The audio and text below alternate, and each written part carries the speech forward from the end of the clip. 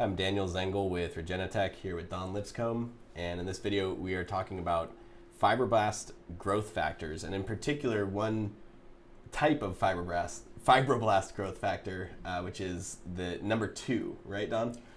So it's actually called the basic fibroblast growth factor 2. So all the other growth factors are actually like fibroblast growth factor 1, 2. This one is called basic. Yeah. Okay, got it.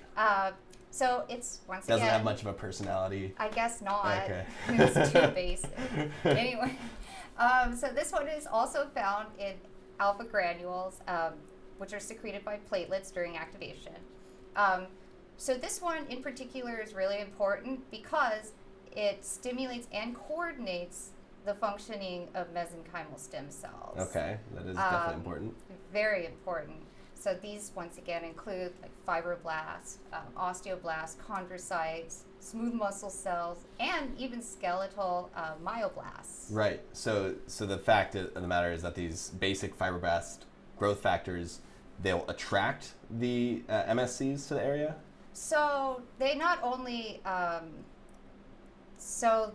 yes, but it will, yes, they do attract them. They encourage them to proliferate, but they will also coordinate the way in which they grow and proliferate. Oh, interesting. Like for instance, so basic fibroblast growth factor 2 will actually coordinate the formation of new blood vessels, like coordinate the endothelial cells to become that tube-like structure. Right. Okay. It's a little bit difficult to, explain. But it's basically taking these endothelial cells and then directing them. Yes, go. Make a blood vessel now. Yeah. Okay. So, and this basic fibroblast growth factor can also stimulate endothelial cell production. Like for instance, in mice, it's been shown that this isolated growth factor alone can accelerate wound healing. Got it. Okay. However, in conjunction with VEGF, right. So it's VEGF, this fibroblast growth factor, and platelet-derived growth factor. Right. And all three of these work in concert to create. So you have basically a timeline. Mm-hmm. So you have this vascular endothelial growth factor. Yeah. That is secreted, which we and just then talked this starts about. Producing the endothelial cells. Mm-hmm. Then you have this fibroblast growth factor that's secreted a little bit slower. Oh, okay. So this starts kind of scooping up the cells. Once they've been recruited by the molding VEGF. It. Okay. And then you have the platelet-derived growth factor, which serves to kind of recruits these leukocytes to stave off extra inflammation, and also these leukocytes also prevent. I lost my train of thought. Mm-hmm. It just departed with the vascular endothelial growth. Sure. So it basically will allow it to plateau. Got it. In essence, like it'll just allow it to plateau, and it won't let it continue to grow out of control. Okay. If that makes sense. That's what the platelet-derived growth factor. So whenever you have like a new blood vessel form, then you have a little stem, and then that stem can branch off, right, and go to different places. Yeah.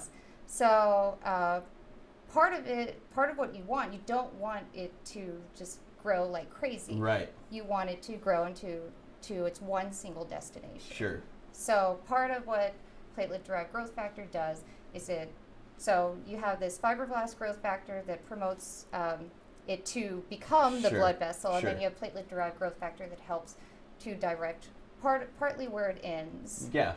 So if that makes sense. I think so. So to recap, we got the vascular endothelial growth factors, which we just spoke about, and those are actually recruiting the cells that make up the blood vessels. Then we got the basic fibroblast growth factor 2, which will then take those cells and tell them to make a blood vessel, and then you're saying the basic growth factor will basically tell them when they're done. It's so confusing. Anyway, okay. So you have a wound, for instance, Sure. a site of injury.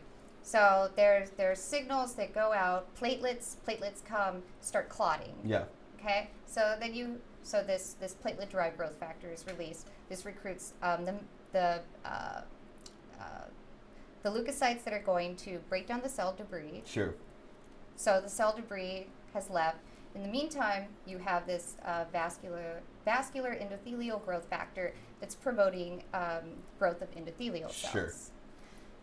Then you have this fibroblast growth factor that's not only starting to produce endothelial cells, but also directing them how to form the blood vessel. Got it.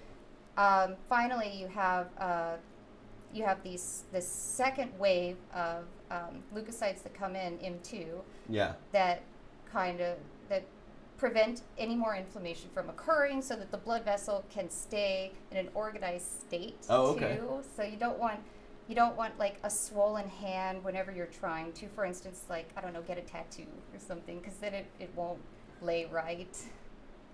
I'm not it's sure. Still really hard. I mean, I think the gist of what I'm getting though is that all these growth factors are working in conjunction, right? Yeah. And they all come from the alpha granules. So. Yes, they all three of them work together, and they all work at different times in concert with each other. Right. And you're not going to get proper growth without all three of them. Great. That's the main point. That tells the whole story right there. Okay, well, thank you, Dawn, for getting really deep into the weeds about some growth factors and with the us. blood vessels. And deep in the blood vessels. Yeah, deep in the capillaries. We got some more videos on growth factors coming up, so stay tuned.